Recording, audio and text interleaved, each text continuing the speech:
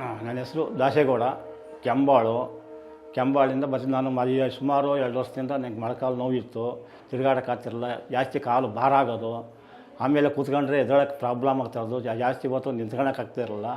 ಆಮೇಲೆ ರಾತ್ರಿ ಹೊತ್ತು ಮನೆ ಕೆಟ್ಟು ನೋವು ಕಾಣಿಸ್ಕೊಳೋದು, ನಿದ್ದೆ ಸರಿಯಾಗಿ ಬರ್ತಿರಲಿಲ್ಲ.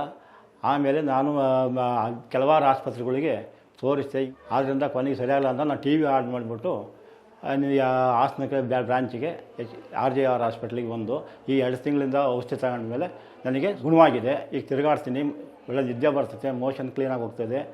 ಈಗ 3 ತಿಂಗಳು ನಾನು ಕಂಟಿನ್ಯೂ ಮಾಡ್ತಾಯಿದ್ದೀನಿ. ಮುಂದೆ ಹುಷಾರಾಗುತ್ತೆ ಅಂತ ನನಗೆ ಭರವಸೆ ಇದೆ. ಇಲ್ಲಿ ಆಸ್ಪತ್ರೆಯ ಡಾಕ್ಟರ್ಗೆ ಮತ್ತು ಸಿಬ್ಬಂದಿ ವರ್ಗದವ್ರಿಗೆ ನನ್ನ ಧನ್ಯವಾದಗಳು. ನೀವು ಯಾರಾದರೂ ಮೊಳಕಾಲು ನೋವಿನಿಂದ ಮತ್ತು ಬಳಲಿದ್ರೆ ಸುಮಾರು ಆಸ್ಪತ್ರೆ ಖರ್ಚು ಮಾಡಿದ್ರೆ ದಯವಿಟ್ಟು ಬಂದು ಹಾಸನದ ಆಸ್ಪತ್ರೆಗೆ ತೋರಿಸಿ.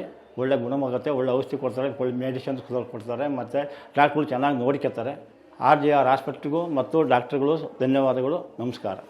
RJR herbal hospitals 9962280003